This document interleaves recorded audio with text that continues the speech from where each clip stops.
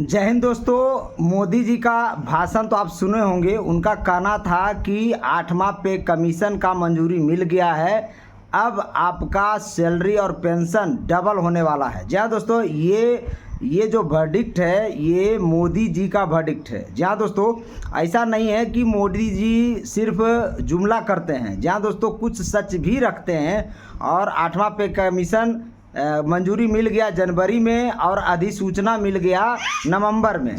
तो इस तरह से आप सोचे कि कुछ तो चल रहा है। अभी 8वां पे कमीशन का सारा चीज़ धरातल पर चल रहा है। बैठक का चल रहा है, आपको हम बताई दिए।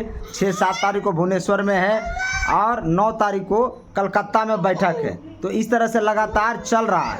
आपको बता दें, मोदी जी ने साफ बोला था कि टैक्स में भी बेनिफिट देंगे, और जिसमें टैक्स में बेनिफिट मिला 12 लाख रुपया तक। जी हाँ दोस्तों, टैक्स फ्री हुआ और 12,75,000 स्टैंडर्ड डिडक्शन। तो टोटल जोड़ लें 12,75,000 तक टैक्स बेनिफिट्स मिला है। 12 लाख से 24 लाख तक हर मिडिल फैमिली को कम से कम 1 लाख का बचत होगा, ये मोदी जी ने बोला था। तो इस तरह से 8वां पे कमीशन भी धरातल पर चल रहा है और टैक्स में भी बेनिफिट मिला है। लेकिन अब समस्या ये है कि जैसे ही वेतन दुगना होगा, आपका 12 लाख से 1 रुपया भी ज़्यादा होगा, यानी कि 75,000 और डिडक्शन जोड़ लें तो 12,75,000 1 रुपया होगा, तो आपको टैक्स कट जाएगा। ये नया नियम कुछ अजीब तरीके से बनाया गया। तो ये सोचना होगा, कम से कम ये खुशखबरी है कि आपका सैलरी और पेंशन बढ़ने वाला है। दूसरी तरफ 8वां पे कमीशन में गवर्नमेंट का जितना भी सिस्टम है, सभी ने अपने कर्मचारियों का और पूरा रिपोर्ट 8वां पे कमीशन को नहीं दिया अभी तक, वो भी देना बाकी है। आपको बता दें, आपको बताने जा रहे हैं कि 8वां पे कमीशन में अच्छी खासी सैलरी बढ़ने वाली है।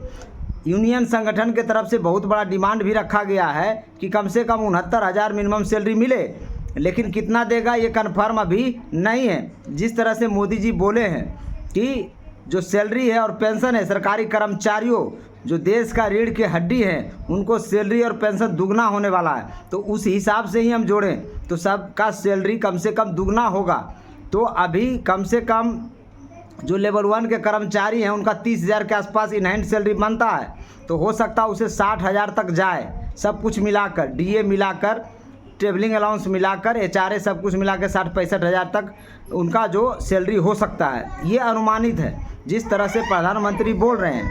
अगर कई लोग प्रधानमंत्री को जुमला समझते हैं, लेकिन इसमें कुछ सच्चाई भी है, क्योंकि धरातल पर कार्य होता हुआ दिख रहा है। 8वां पे कमीशन अपना काम कर रही है, जो आपको हम बता दिए। 31 जुलाई तक डेट भी बढ़ा दिया गया, टाइमलाइन भी बढ़ा दिया गया। आप मेमोरेंडम जमा करने का वो भी आपको हम बता दिए।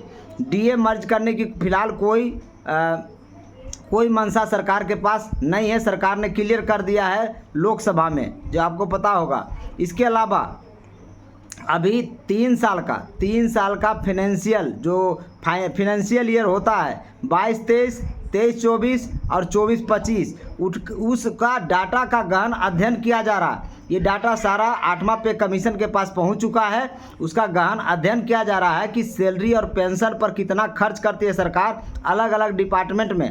वो सब स्टडी हो रहा है तो कितना दिया जाए। जहाँ दोस्तों, इससे पहले 1 लाख करोड़ के आसपास 7वां वेतन आयोग में सरकार के ऊपर आया था, और इस बार लगभग 2 से 2.5 लाख करोड़ रुपया आने वाला है। अगर 8वां वेतन आयोग का सैलरी जब मिलेगा तो सरकार के ऊपर करीब 2 से 2.5 लाख करोड़ सरकार को देना पड़ेगा, सभी कर्मचारियों को देखते हुए, पेंशनर्स को देखते हुए।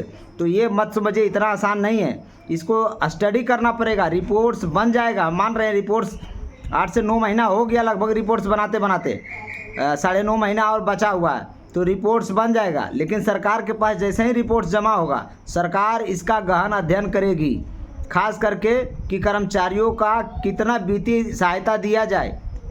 देखिए, 2-3 बातें जो आपको हम लगातार बता रहे हैं। एक तो जो राजकोषीय है, जो कोष है सरकार के पास, उसी पर ये बर्डन जाएगा।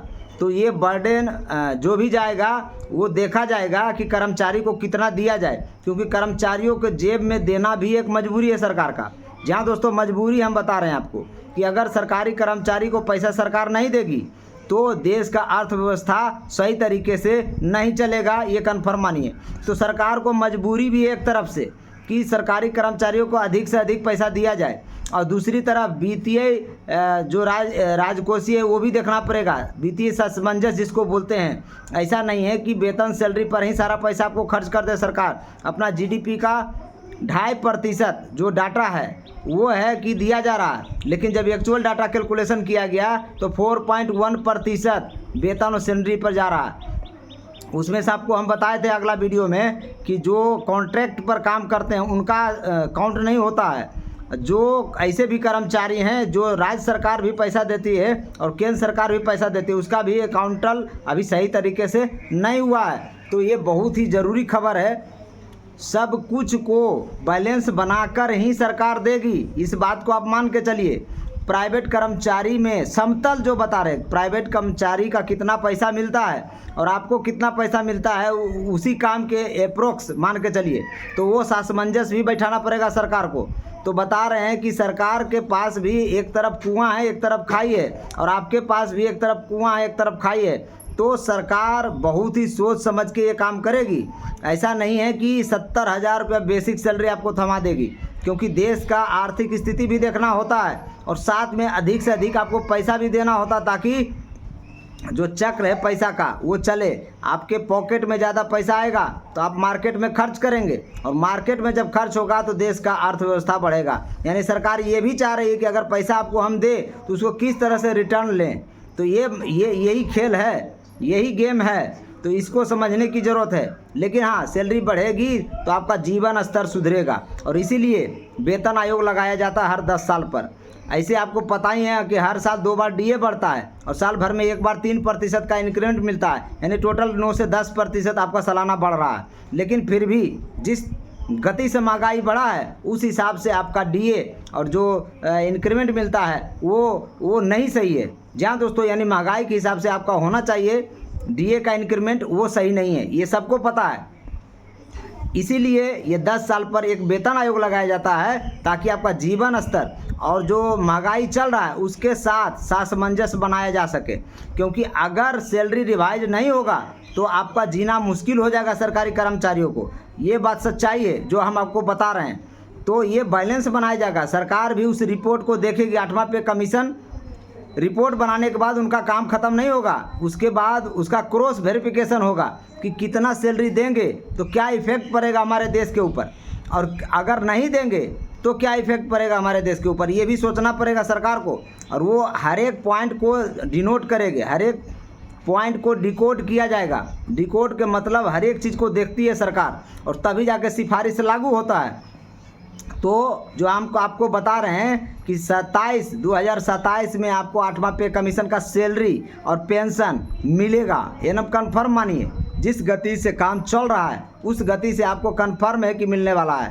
तो इस वीडियो को सभी कर्मचारियों तक शेयर करें, ताकि आपको भी सही जानकारी मिले 8वां पे कमीशन के बारे में। क्योंकि 8वां पे कमीशन में ओपीएस भी मांगा गया है, और ओपीएस पर भी चर्चा होगा। सरकार ओपीएस पर भी बात करेगी, क्योंकि ओपीएस सरकारी कर्मचारियों को मान है, सम्मान है, वित्तीय आर्थिक सहायता है, और एक सम्मानजनक जीने का एक तरीका भी है। जी हाँ दोस्तों, इस वीडियो को दबा के शेयर करिए सभी कर्मचारियों तक। जय हिंद, जय भारत।